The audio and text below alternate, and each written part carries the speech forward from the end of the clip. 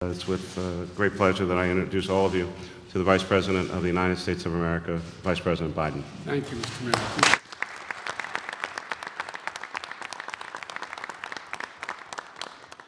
So let me start off by saying that it's great to be on Penn's campus again and not being paid tuition. I was on the way in, and Senator Ted Kaufman from Delaware is with me, and I was saying to Ted, I said, Ted, every time I come on this campus, I feel like I own a part of it. My son went to here, undergraduate school, my daughter graduate school, and the tuition's low. And Ted said, you think you own a piece of it? He said, how about my family? How many sisters went here? Three sisters. His father went here. His father's picture's hanging in Palestra. Played basketball for Penn.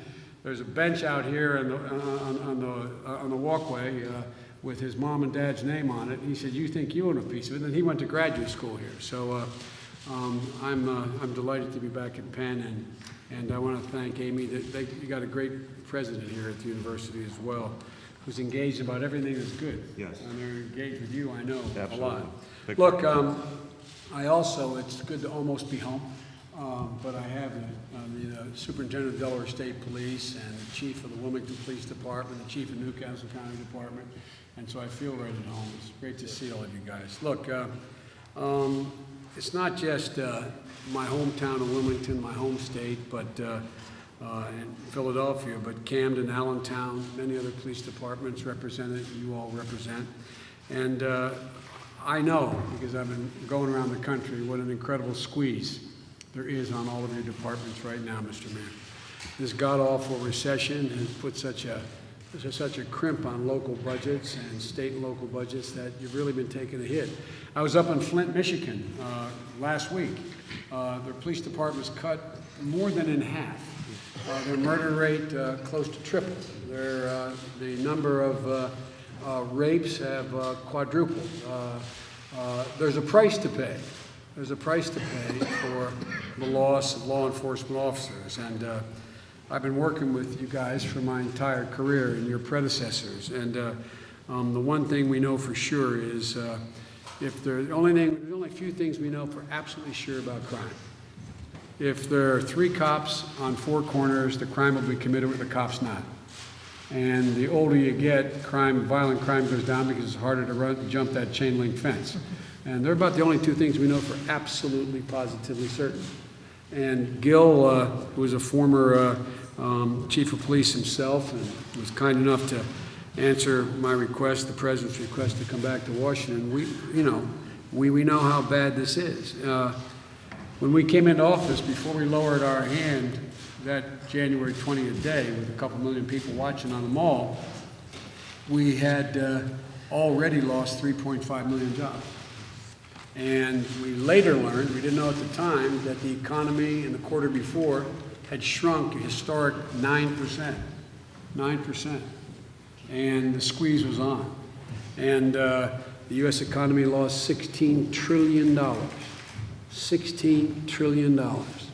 That means everybody you know, including you guys, watch your 401ks and your savings and equity in your home just absolutely tank and evaporate. And the end result of it all is that, jobs shrunk, jobs shrink, and a perfect storm begins. A lot of your neighborhoods with foreclosures are now sort of semi-wastelands. They become drug havens. They become arson havens. They become, everything just begins to roll out of control. And at the same time, understandably, your mayors and city councils, they're back saying, we don't have the money. We got to make cuts. And so just in the last 18 months, these guys can tell you, they feel it. Close to 8,000 to 10,000 cops have been laid off nationwide. There's a whole list, probably as many as 2,000 to 3,000 more on the chopping block for next year's budget.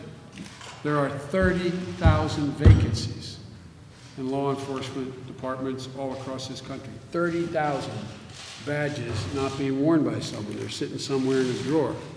And so the question is, what are we going to do about it? What can we do about it? And in my view and the president's view, there's a lot we can do about it. And one of the things we can, everybody, by the way, the critics, when we talk about this $4 billion for law enforcement to bring back 15,000 to 18,000 cops, And I say 15 to 18. It's not we don't know. Gil can tell you because we give you options this time. If you think you need some technical help back before an officer, then you get to do that. So there's more flexibility for y'all here. But the fact of the matter is that we're able to do that. We're able to bring back these law enforcement officers for a total of $4 billion. A lot of money. A lot of money. And our critics say, well, it's only temporary. Let me tell you about temporary. It's not temporary to somebody whose life you saved because there's a robbery in progress and they're not dead because you showed up. It's not temporary to the call you get where a woman is being beaten or someone's being raped and you show up in time. To that woman, it's not temporary. It's permanent for her. So for all those who say it's not temporary, and that it's only temporary, pray God you're not on the other end of the phone with no one to respond, or a car not able to respond. And so folks, look, I'm here to talk about, actually I'm here to listen. We're going to talk a little bit later when we go out, Mayor and I and others, but I'm here to listen. I've been going all around the country. I've been from Washington State to Florida and everywhere in between. And there's a similarity to the stories. All of you are hurt differently. Some more profoundly than others, because you have more things piled on in some places than others.